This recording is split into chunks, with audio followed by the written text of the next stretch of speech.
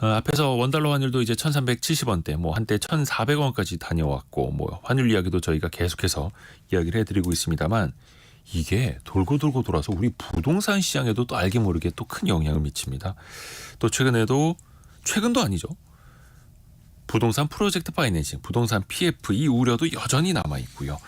과연 어떻게 될지 부동산을 공부할 결심의 저자인 라이프 자산운용 배문성 이사와 함께 금융의 눈으로 부동산 시장을 읽어보겠습니다. 이사님 안녕하세요. 예, 안녕하세요. 네. 거의 2년 전에 한번 성공예감에 출연하신 적이 있으시다고요? 맞습니다. 예, 그때는 진행하시던 분이 다른 분이셨죠. 예. 근데 그때부터 사실은 어떻게 보면 약간 부동산 시장이 좀 꺾일 수 있다. 네. 네. 그 이야기를 해주셨었던 거잖아요. 맞습니다. 예. 지금은 어떤지 좀 체크해 볼게요. 네. 우선은 4월 위기설이 많이 나왔었거든요. 특히 네. 부동산 PF 관련해서 총선 이후가 더 위험하다라고 하면서 지금이 이제 총선 이후의 4월입니다. 지금 상황은 어때요? 그러니까 뭐 말씀 주신 것처럼 4월은 이제 총선이 있었던 달이고 사실 총선 전까지 정부가 워낙에 통제를 한 게 많다 보니까 이게 마치 사람이 시험 치고 나면 이제 긴장이 풀려서 이제 병이 막 나듯이 총선 이후의 문제들이 막 이제 터지지 않겠냐는 우려가 좀 있었던 것 같습니다. 근데 짚어봐야 될 포인트는 이제 사실은 4월 위기설 이전에도 뭐 9월 위기, 10월 위기설 막 계속 이제 한 달마다 위기설이 연장이 되고 있는데 이게 양치기 소년 이야기처럼 좀 되면은 곤란하다는 거죠. 그러니까 거의 매달 위기설이 나오는데 아직까지 안 터졌다고 해서 이게 뭐 늑대가 없다라고 생각하면 안 되고 워낙 처리해야 되는 현안이 지금 많이 남아 있으니까 위기설이 매달 나오는 거다. 좀 이렇게 해석해야 될 것 같습니다. 아직까지 남아 있고 현안으로 살아 있고 어딘가에는 분명히 또 불씨가 될 수 있으며 그렇죠. 네. 블룸버그 통신에서도 한국의 부동산 PF 부실 아직 최악은 안 왔다. 뭐 이렇게 또 외신에서 보기도 하고 근데 또 금융당국은 바로 이거 과장된 거다. 선 긋기도 하고 시장에서는 우려하고 정부는 과장됐다 하고 왜 이렇게 온도 차이가 있는 걸까요?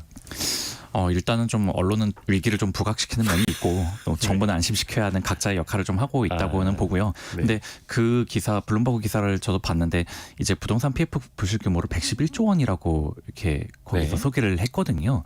근데 이제 한은에서 발표하는 전체 PF 대출 규모가 한 130조 원대고 여기다 이제 증권사의 보증이랑 상호신용금고 대출 같은 거 추정해 보면 한 200조 가까이 될 거라는 게 이제 건설산업연구원의 분석. 이거든요. 직간접적인 거 합쳤을 때. 그렇죠. 네. 근데 200조라고 해도 부실 규모가 111조라는 거는 좀 과다하기는 하고 그래서 기사만 봐서는 이게 왜 111조를 부실로 보는지 따로 설명은 없거든요. 그래서 저도 뭐 아직 최악은 오지 않았다는 의견에는 동의하는데 부실 규모가 111조라는 거는 부실의 정의가 뭔지부터 좀 따져봐야 될 것 같고 그러다 보니까 이제 정부에서도 화들짝 놀라서 야, 이 111조는 좀 과도하다. 그 정도 아니다. 이런 식으로 좀 이렇게 반박하는 코멘트도 내기는 했죠. 그래서 저도 이게 손실이 111조에 달할 거라는 건 그렇죠. 의미는 아니다라고 봅니다. 그러니까 이게 규모도 그렇고 어느 부실의 정도도 다를 수 있잖아요. 네. 그거에 대해서 좀 판단을 엇갈릴 수 있는 거고. 근데 말씀 중에 최악은 안 왔다라는 데는 동의를 하신다고요? 그렇죠. 사실 지금까지 이 계속 연장을 하면서 막아온 거지 실제 구조조정을 지금 시작한 거는 아니다 보니까 네 그렇게 생각합니다. 일단은 많은 분들이 그 부동산 PF로부터 연관이 돼서 많이 부실이 터졌던 2011년 저축은행 사태 아마 기억하실 거예요. 그리고 재작년에 강원도 레고랜드 여기는 이제 지자체에서 뭐 보증한 거를 보증이 안 하겠다만 하면서 또 이제 문제가 됐었고 이 PF 부실이 계속해서 반복이 되고 있지 않습니까? 이게 근본적으로는 어떤 문제가 있는 거예요? 사실 근본적으로는 이게 예나 지금이나 부동산 PF는 자기 자본은 이제 적게 쓰고 다 이제 빚으로 사업을 하려다 보니까 위기에 상당히 취약해지고요. 그리고 이게 되게 잘 된다 싶으면은 이제 다 같이 달려드는 행태가 결국 버블로 이어지는 거죠. 그러니까 과거에 소수의 증권사가 했을 때는 큰 문제가 없었는데 이제 너도 나도 뛰어들다 보니까 그 경쟁 때문에 땅값도 되게 비싸지고 그렇게 땅은 비싸게 샀는데 부동산 가격이 꺾이면 이제 손실이 더 많이 커질 수밖에 없는 그런 악순환으로 이제 들어가는 거죠. 그러니까 이게 너도 나도 막 이렇게 뛰어들 때가 뭔가 위험하다는 그런 리스크 관리 보드가 작동을 해야 되는데 그냥 빨리 벌고 나오면 된다. 이런 생각이 좀 되게 강했었던 거고요. 네. 그래서 이게 사실 어떻게 보면 이런 투자 구조가 그대로 남아 있고 이걸로 이제 크게 레버리지죠. 부채를 그렇죠. 일으켜서 더 크게 벌려고 하는 인간의 욕심이 있는 한 앞으로도 반복될 수도 있겠네요. 그렇죠. 이 구조를 그냥 그대로 놔두면 예. 이런 문제가 또 몇 년 뒤에도 부동산 호황이 지나고 나면은 또 같은 문제가 반복이 될 수가 있을 거라고 생각합니다. 네. 그리고 앞서서 말씀 중에 이제 본격적인 구조 조정에 아직도 들어가질 않았기 때문에 최악은 오지 않았다라고 말씀을 해주셨는데 네. 정부는 계속해서 이걸 연착륙시키려고 하잖아요. 네. 일부 뭐 대출 만기를 연장해 준다거나 다른 이제 브릿지론이라고 하는 중간에 좀 돈이 필요한 곳에 마중물을 넣어준다라거나 아니면 좀 순차적으로 경공매에 넘기도록 한다거나 네. 여러 가지 대안들은 좀 나오거든요. 네. 어떻게 지금 정리를 하는 게 최선이라고 보세요? 이게 지금 잘 작동하고 있을까요? 일단은 뭐 부실 규모가 얼마인지는 뭐 아무도 정확하게 추산을 할 수는 없지만 네. 뭐 대략 한 뭐 200조에서 그래 뭐 좋은 사업장 안 좋은 사업장 그냥 퉁쳐서 한 손실이 한 뭐 30%쯤 될 것 같다 뭐 하면은 대략 한 50조 뭐 이 정도 규모로 생각해 볼 수 있거든요. 그런데 이 규모가 한 번에 터트리면은 우리 경제에 미치는 충격이 너무 크니까 이거를 한 몇 년에 걸쳐서 나눠서 이 손실을 인식할 수 있도록 그렇게 좀 시차를 좀 이렇게 길게 이렇게 나눠서 질서 있는 구조조정이 될 수 있도록 해야 된다. 그래서 실제로 2008년 그 당시도 이제 부동산 PF 규모가 너무 크고 심각하다라고 했었던 때인데 그때 당시 부동산 PF 규모가 한 80조 정도였었고요. 대출 규모가. 근데 그게 2014년까지 40조 원으로 계속 추세적으로 줄여가는 구조 조정을 했었습니다. 그러니까 80조가 40조로 한 번에 줄어들면은 너무 큰 충격이 그러니까. 있겠지만 네. 한 매년 한 10조씩 뭐 그렇게 이렇게 조정을 해 나간 거죠. 그러니까 그때처럼 이제 뭔가 한 최소한 3, 4년에 걸쳐서 이렇게 한 번에 다 터지지는 않도록 그러니까 이번에는 이런 사업장들, 내년에는 이런 사업장들 이런 식으로 약간 사업장별로 어떤 우선순위를 좀 이렇게 둬서 이렇게 좀 이걸 나눠서 조정을 할 수 있도록. 근데 그게 민간에 맡기면 그게 자율적으로 그렇게 되지는 못하니까 네. 아무래도 금융 당국에서 교통 정리를 해야겠죠. 그러니까 장기의 시계열로 두고 교통 정리를 해 나가야 된다. 그리고 과거에도 그렇게 한 적이 있으니까 이번에도 뭐 그렇게 하는데 아마 무리가 없을 거다 이렇게 생각합니다. 근데 물론 이게 부동산 PF 사업장에 직접적으로 공적 자금이 투입이 되는 건 아니겠습니다만 예를 들어서 받아야 할 돈을 뭐 천천히 받으라고 한다라든지 어떤 그 이제 기금을 또 조성을 해서 그 PF를 뭐 인수해 주거나 아니면 또 대출을 더해 주거나 이런 방식이 보면 건설 사업 잘 되면 어차피 거기 투자했던 사람이나 금융사들이 대박 내고 돈 많이 벌었을 텐데 왜 이렇게 문제가 생기면 사회가 이 고통을 분담해야 하는가라는 이런 또 근본적인 또 물음도 있거든요. 이건 어떻게 생각하세요? 맞습니다. 그러니까 사실 아까 무슨 뭐 50조 이런 말씀을 좀 드렸지만 네. 이게 사실 한전이 지난 2년간 늘어난 차입금이 50조거든요. 그러니까 전기요금을 안 올린 대가, 그러니까 전기요금을 안 올려서 국민과 기업들이 수혜를 본 거를 한전 혼자서 이제 손실로 인식하니까 그게 50조 정도 된 거고 그런 식으로 따지면 어떻게 보면은 그냥 공기업들이 막 이렇게 나눠서 이렇게 가져다 주면은 이 PF 문제도 그냥 그렇게 해결을 할 수는 있는 건데 근데 막 방금 말씀 주신 것처럼 돈은 좋을 때는 자기들이 벌고 힘들어질 때는 뭐 공기업 은행들한테 떠넘긴다는 거는 이건 또 어찌 보면 국민의 세금이 거기에 쓰인다는 또 간접적으로 이렇게 쓰이는 문제로도 연결되지 않습니까? 그러니까 결국은 이게 감내 가능하다라는 것은 둘째치고 상당히 이게 그 인센티브 구조가 되게 잘못됐다. 이게 좋을 때는 저쪽이 다 가져가고 손실 부담은 이제 국민이 막 부담하는 약간 그런 구조는 이제 손을 봐야 되니까 앞서 말씀드린 대로 이 근본적인 문제는 이제 자기 자본 없이 과도한 빚으로 사업을 한다. 그리고 단기 성과에 급급해서 리스크 관리가 미흡했다라는 게 핵심이라서 그래서 금융당국에서는 이제부터는 자기 자본 비율을 높여라. 지금은 뭐 한 20% 정도 얘기 나오고 있고요. 사실 그 전까지는 한 5% 정도만 돼도 자기 자본을 한 5% 정도만 돼도 95%를 빚으로 사업들을 했거든요. 100만 원짜리 프로젝트를 한다면 내 돈 5만 원만 있어도 5만 원? 됐다. 네. 심지어 그 5만 원도 남한테 뭐 꿔서 이렇게 넣는 그런 실태였었는데 네. 그러다 보니까 이제 그걸 한 20%는 이제 자기 자본으로 해라. 그리고 또 부동산으로 번 돈을 단기 성과급으로 막 이렇게 그 인력들한테 그렇죠. 지급하지 말고 이거를 이연시켜서 여러 해에 걸쳐서 나눠 보상하라는 이제 그런 메시지가 금융당국에서 나오고 있습니다. 네. 그래서 한때 이제 여의도에서도 보면은 부동산 PF 이거 구조화 잘 짠 사람들이 1년에 수십억씩 성과급 받아가고 막 그렇죠. 이런 경우가 많이 네. 있었죠. 네. 근데 자기 자본 비율을 더 높여라. 그러니까 네. 본인들이 더 책임 있게 뭐 사업을 벌리더라도 책임 있게 벌려라. 이런 네. 방향으로 가고 있는 거고요. 부동산 시장 이야기로 좀 더 들어가 볼게요. 네. 금리 그리고 뭐 환율이라든지 여러 가지 이제 금융 시장의 흐름이 부동산 시장에 과연 어떤 영향을 줄 것인가 하나하나 좀 이야기를 들어보고자 하는데 우선 최근에 환율이 많이 좀 오르고 네, 있지 않습니까? 네, 원화가 약세. 그렇죠. 지금은 1,370원대입니다만 또 언제 또 어떻게 변할지는 모르겠습니다만 기본적으로 이 환율이 오르게 되면 부동산 시장에는 어떤 여파가 있다고 볼 수 있나요? 결론적으로는 더 안 좋은 여파가 더 큰데요. 네. 그 부분을 설명드리면 일단 뭐 당연하게도 수입 물가가 오른다는 건 이제 개인과 기업한테 다 안 좋은 거긴 하죠. 네. 그리고 우리 경제에서 환율이 오르면은 수출엔 좋고 내수엔 나쁘다라는 게 이제 기본적인 컨셉입니다. 네. 뭐 과거보다는 뭐 수출에 미치는 긍정적 영향이 좀 낮아졌다라고는 해도 그래도 어쨌든 수출에는 좋은데 내수에는 나쁘다라는 거거든요. 그러니까 결국은 수출이 잘 되는 게 내수도 좋아지는 낙수 효과보다는 기본적으로 이 두 가지가 좀 대립한다는 거죠. 그러니까 왜냐하면 우리나라의 수출품은 노동재가 아닌 자본재거든요. 뭐 반도체, 철강 막 이런 것들 다. 그러니까 수출이 잘 될수록 한정된 자원이 자본으로 쏠려서 이제 노동에 대한 대가는 상대적으로 나빠진다라는 겁니다.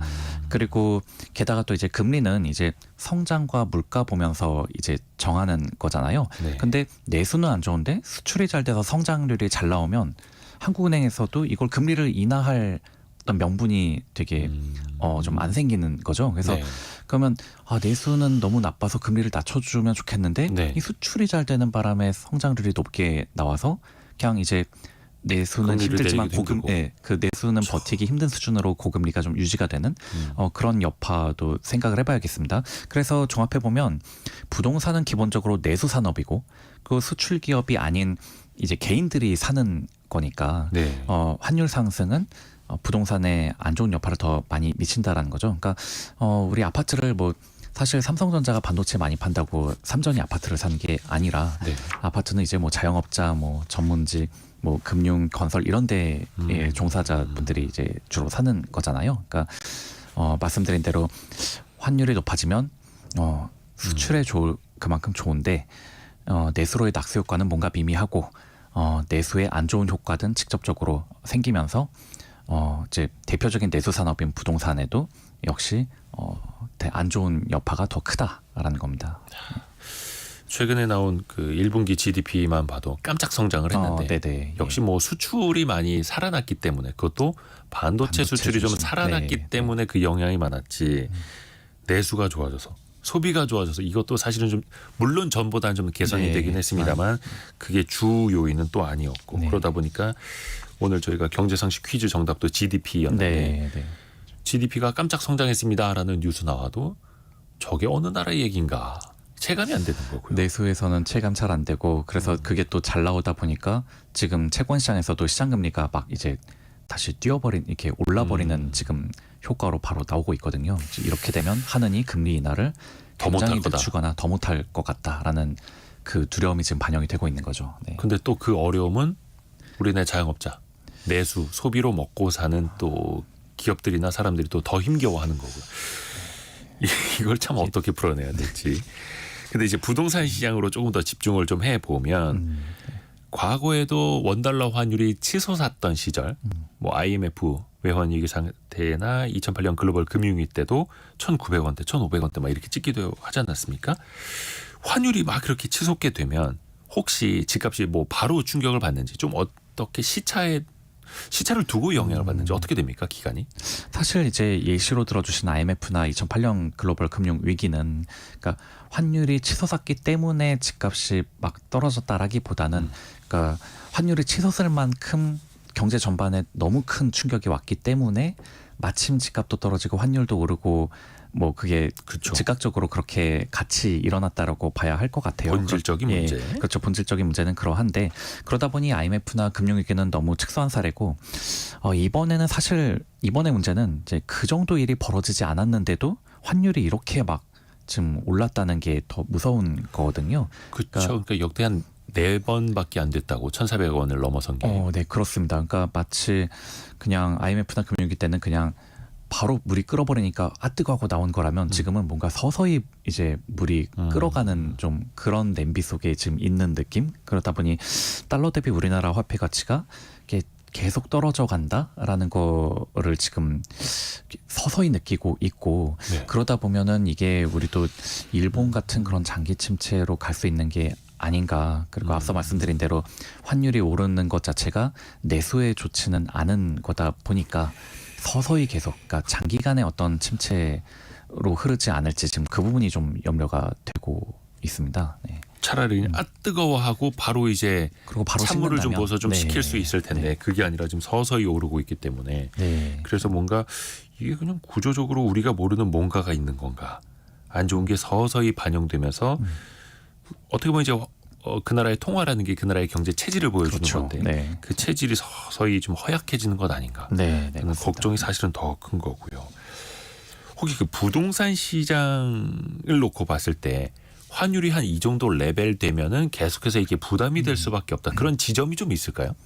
그러니까 사실은 그러니까 이제 굳이 부동산의 환율이 이제 얼마나 영향을 미치는지에 대한 그런 관점에서 본다면 적정 환율이 뭔가 있다기보다는 환율의 변동폭이 제한적이면 부동산 시장에 별다른 영향을 미치지는 않는다고 생각을 합니다. 그러니까 그보다는 이제 앞으로의 환율의 방향성이 뭐 우상향한다. 뭐 즉 일본이 겪었던 것처럼 뭐 원화의 가치가 이제 추세적으로 떨어진다. 뭐 이런 식으로 예상이 되면 이제 자산가 입장에서는 야 내가 뭐하러 원화 자산에 이렇게 큰 돈을 묶어둬야 되지? 그러니까 지금이라도 달러로 바꿔야 되지 않나? 혹은 뭐 뭐 이런 생각이 막 다 들면서 어떤 이 유동성이 우리나라의 부동산보다는 이 달러 자산으로 막 이렇게 이렇게 막 흐를 수 있다라는 거 그게 좀 더 관건일 것 같습니다. 그러니까 환율의 제한적인 범위에서만 움직인다면 뭐 굳이 뭐 이제 그렇게 터져가지는 않을 텐데 이게 뭔가 구조적으로 이제 계속 상승을 해나가는 거다라면은 대표적인 원화 자산이자 그것도 굉장히 많은 돈을 묶어야 되는 부동산보다는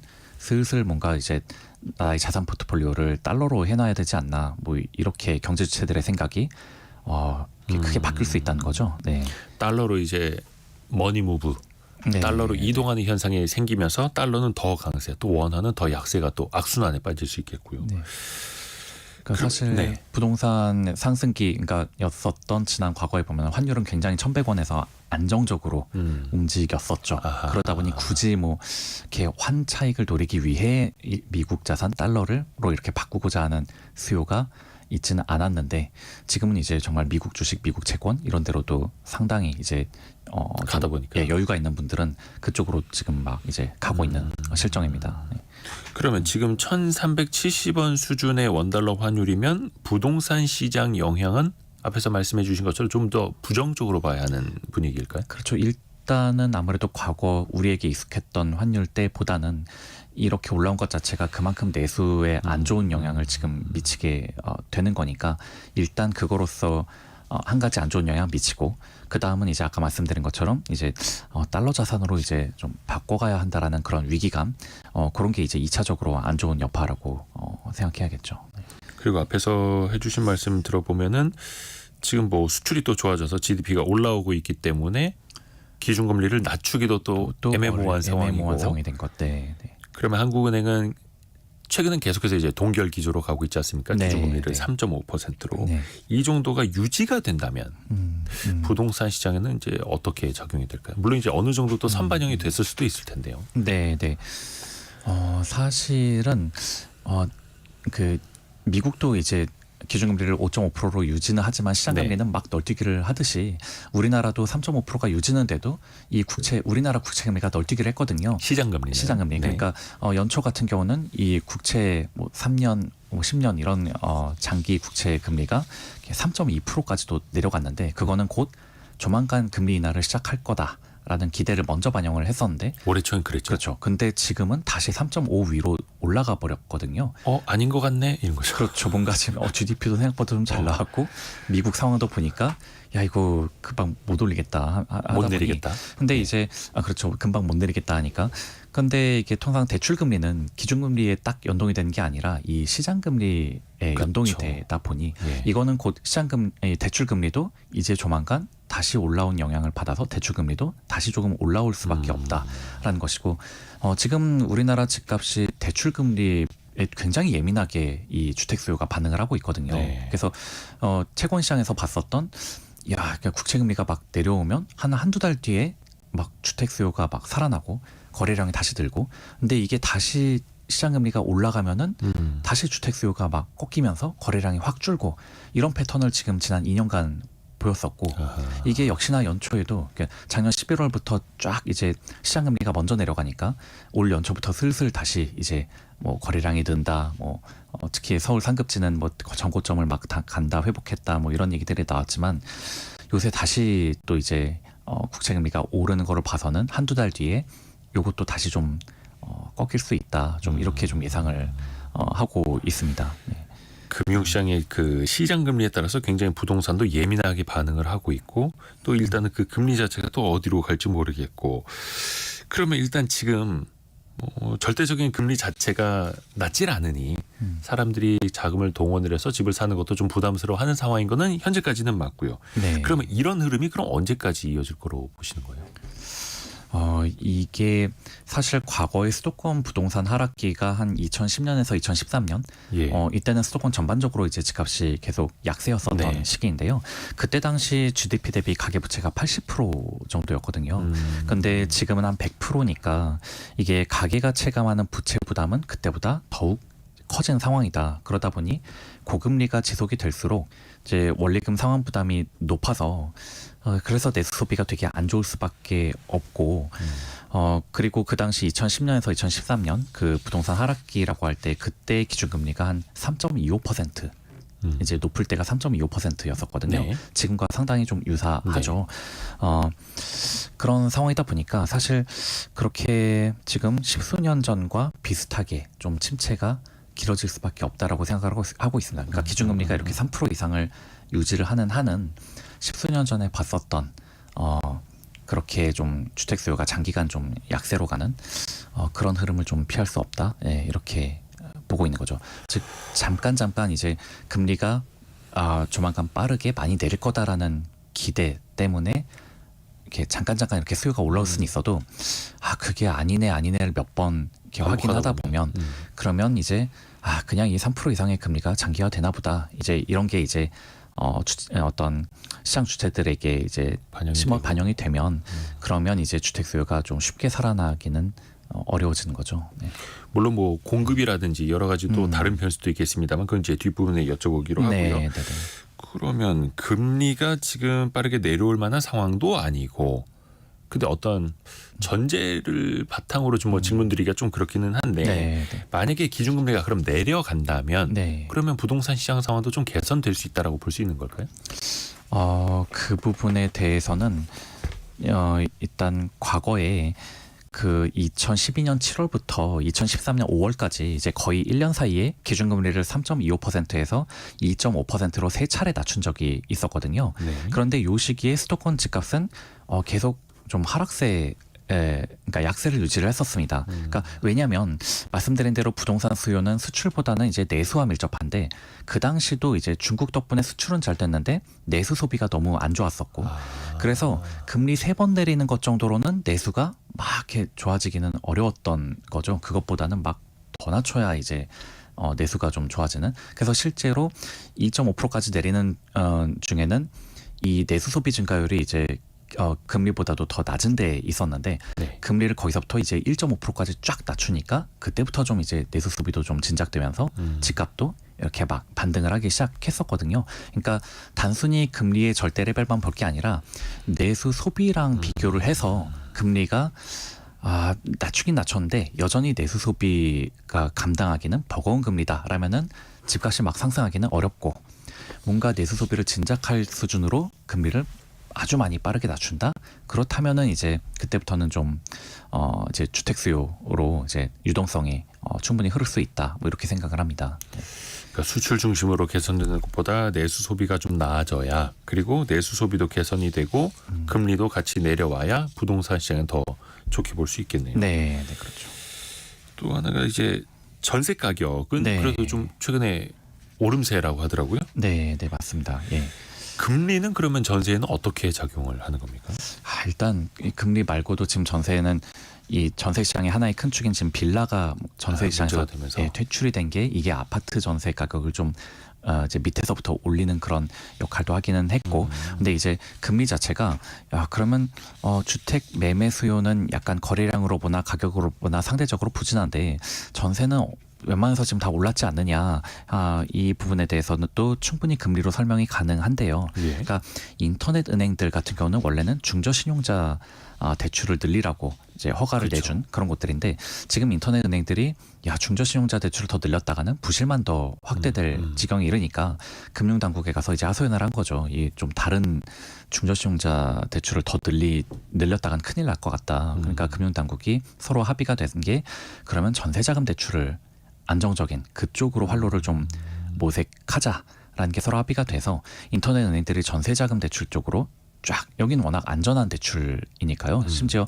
전세자금 대출은 공기업들이 보증까지 하지 않습니까? 예. 예, 그러니 마치 공기업에게 대출하는 것 마냥 굉장히 편하게 대출해 줄 수 있죠. 그래서 이미 작년 이맘때부터도 전세자금 대출 금리가 기준금리의 3.5%보다도 더 낮은 3점 초반으로 제공이 됐습니다. 대출 문턱이 낮아지면서. 그렇죠.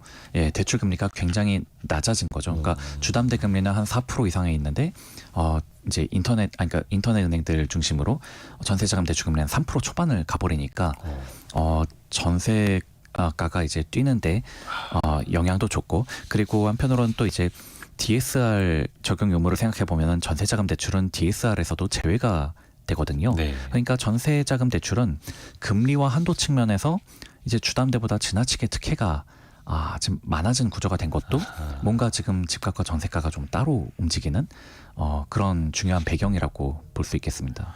어떻게 보면 이제 전세 사시는 분들이 사회적으로 좀 상대적 약자다라고 하면서 정책도 그 방향으로 가고 있다 보니 전세 가격이 또 역설적으로 더 오르는 현상.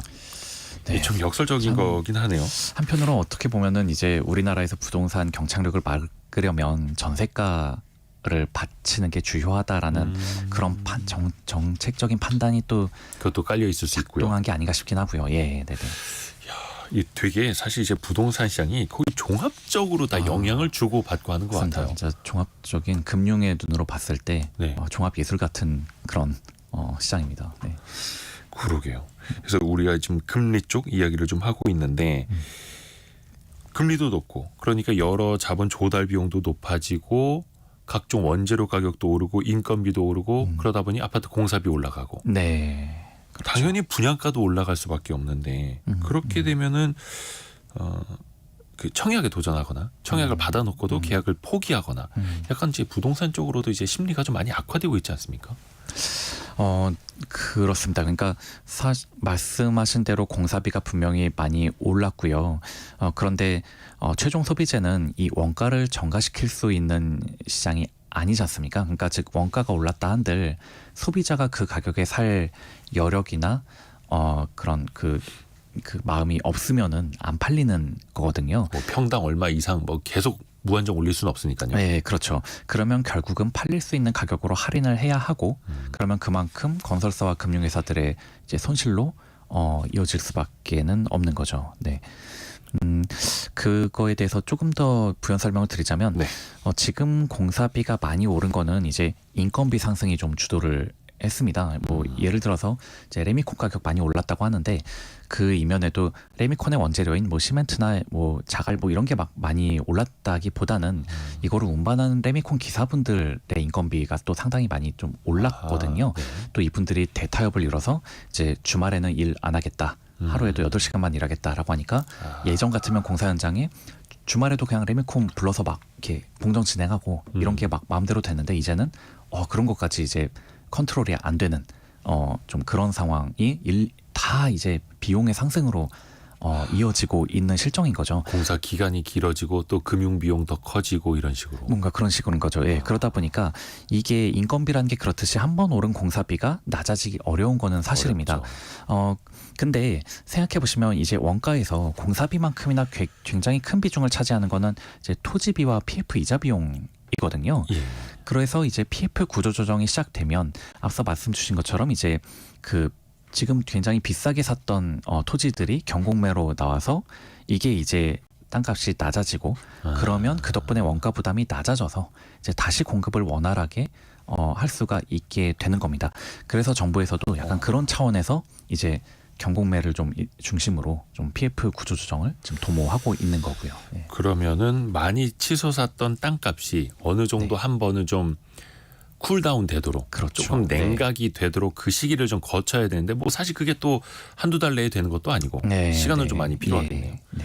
그러니까 이제 많은 분들이 이제 걱정하시는 게 나도 분양은 받고 싶은데 분양가가 너무 높고 네. 집을 사고 싶은데 집값이 너무 높고 그러면 과연 인건비도 안 떨어질 텐데 분양가가 과연 낮아질 수 있을까 의문을 많이 갖고 계시는데 앞에서 말씀하신 것처럼 그럼 땅값부터 떨어져야 하는 거고요. 네, 맞습니다. 그렇게 원가가 낮아지면 당연히 이 건설사나 금융회사 입장에서도 분양가를 다시 좀 낮출 수 있는 그런 버퍼가 좀 생길 수 있는 거죠. 네. 지금은 분양가를 못 낮추니 일단 분양을 해놓고 미분양이 나면 되면 그때 나중에 할인을 분양을 좀 하고 그렇습니다. 물론 네. 이제 그 또 입주자들 사이에 또 막 갈등이 생기긴 합니다만 지금은 그게 유일한 방법이고 네, 나중에는 네. 그러면 시간을 한참 두고 네, 네, 땅값 떨어진 이후에 네. 그때는 네, 네. 분양가를 좀 낮출 수도 있겠다.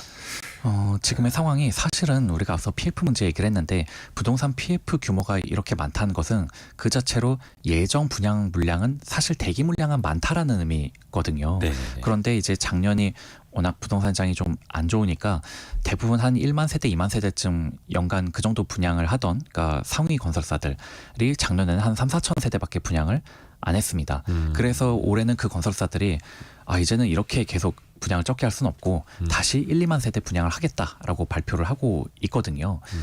그거는 곧 이제 이 쟁여놓은 PF를 계속 더 끌고 갈 수는 없고 분양으로 내보내기는 해야 한다라는 거죠.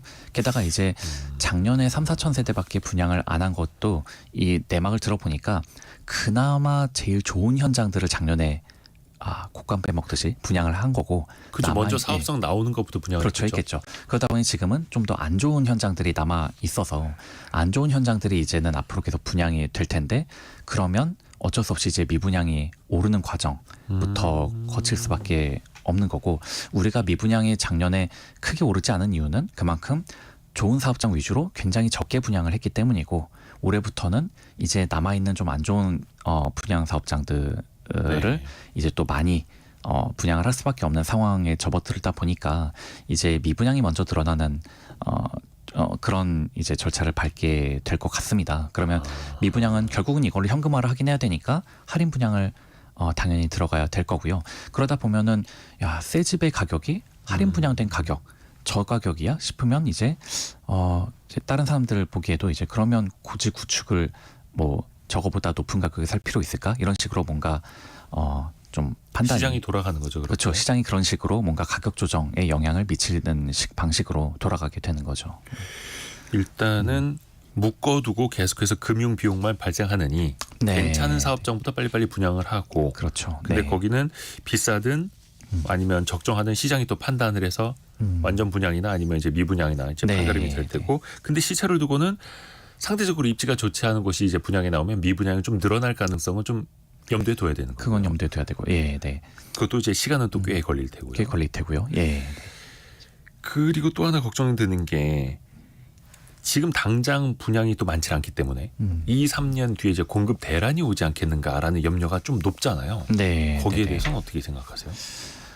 사실은 그 공급이라는 게 그 공급이 적다고 해서 집값이 오른다라기보다는 항상 이 과거 시계열로 보면은 그 집값이 오를 때, 그러니까 네. 부동산 수요가 막 이렇게 높아질 때 공급을 많이 하고 이게 수요가 줄어들면은 공급을 적게 하고 이렇게 선후 관계가 좀 반대로 돼 있거든요. 그래서 건설사 입장에서 공급자 그렇죠. 입장에서 그래서 사실 과거를 보면은 아까도 2010년에서 2013년이 이제 수도권 집값 약세기라고 말씀드렸는데 네. 그 시기에 줄곧 3, 4년간 그 착공 물량, 분양 물량이 굉장히 적었습니다. 그러니까 그 공급이라는 게 단순히 1, 2년 적다고 해서 그게 공급이 부족하기 때문에 집값을 들어 올리는 게 아니라 생각보다 상당히 오랜 기간 공급이 줄어들어도 이 새로 사겠다는 이 한마디로 내수의 힘 이게 적다면 이게 그 가격을 들어 올리는 것으로 연결되지는 않는다는 거죠. 그러니까 생각을 해보시면은 우리가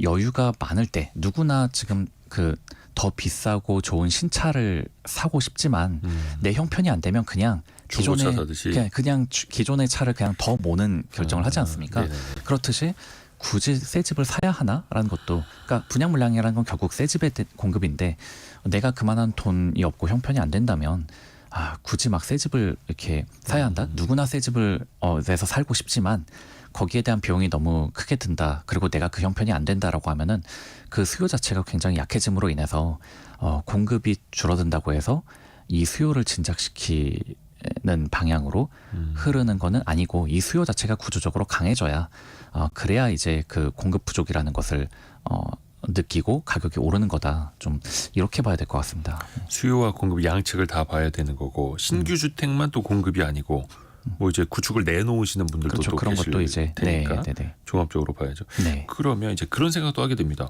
아니, 아파트 짓는데 돈이 그렇게 많이 들어? 분양가가 그렇게 많이 올라가? 그러면 기존에 이미 지어놨던 집들도 물론 이제 구축이 되어가면서 감가상각이라는 게 있겠습니다만, 네. 그래도 똑같이 시멘트 들어가고 인건비 들어간 집인데 기존 주택들도 그러면 어느 정도 가치가 더 인정받지 않겠어? 그 집값이 높아지지 않게, 이렇게 또 생각할 수도 있잖아요.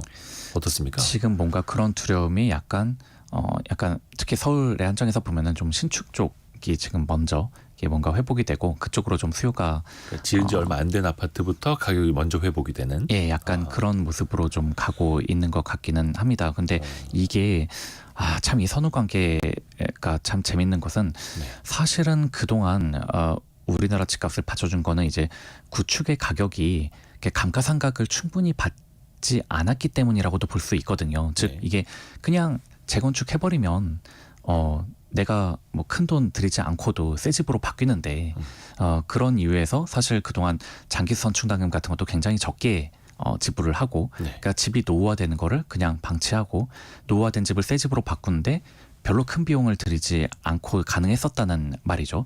근데 지금은 이제 공사비가 너무 오른 것 때문에 이걸 구축을 신축으로 바꾸는 비용이 너무 많이 든다. 그러다 보니까 지금 많은 곳들이 지금 재건축이 스톱이 되는 상황이지 않습니까? 그렇죠.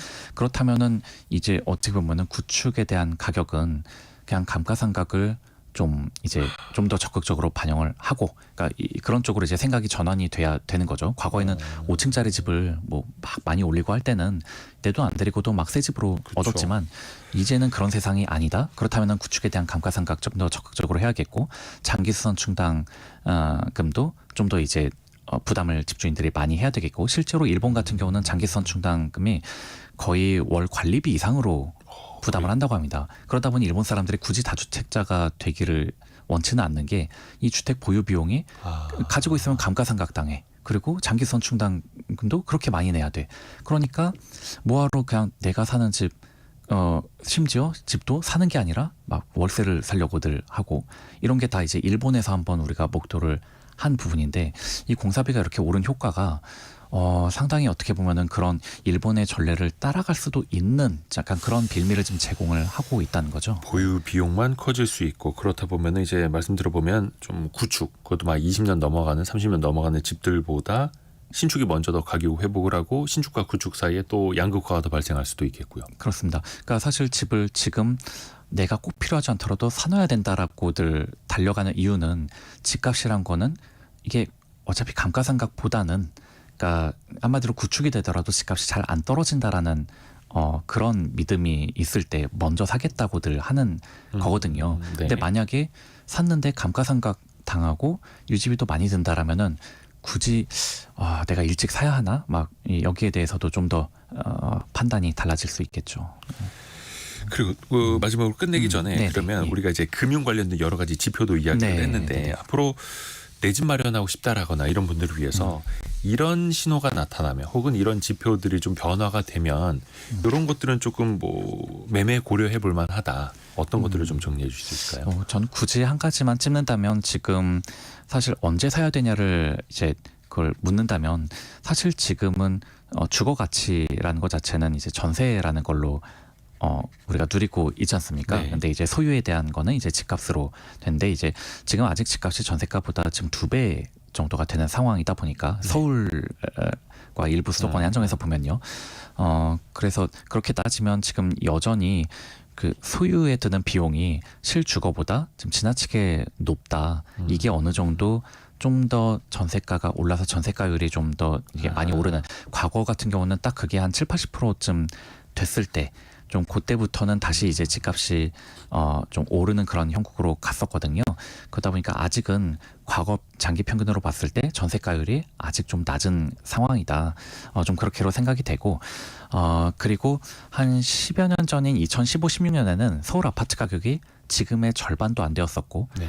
또 거래량은 지금과는 비교도 할 수 없이 되게 많았습니다. 그만큼 싼 가격에 팔려고 한 사람도 많았다라는 거거든요. 네. 그만큼 이게 팔자가 많았던 거는 왜 그러냐면 2008년부터 2013년까지 장기간 수도권 부동산 시장이 침체를 겪으니까 네. 오랜만에 찾아온 반등이 이제 일시적일 거라고 생각하고, 그때 막 이제 파는 분들이 막 많았었던 겁니다. 그런데 하필이면 그 뒤로 저금리 기조가 상당히 길어지는 바람에 그때 집을 팔았던 분들은 굉장히 큰 낭패를 보셨죠.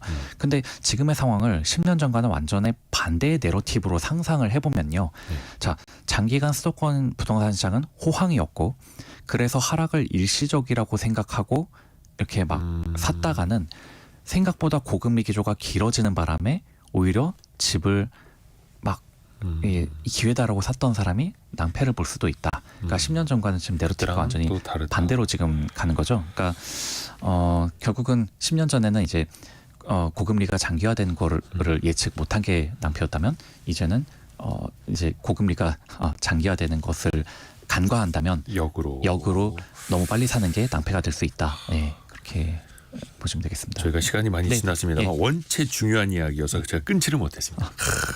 오늘 정말 중요한 이야기 많이 들었습니다. 라이프 자산운용의 배문성 이사 함께했습니다. 고맙습니다. 네, 감사합니다.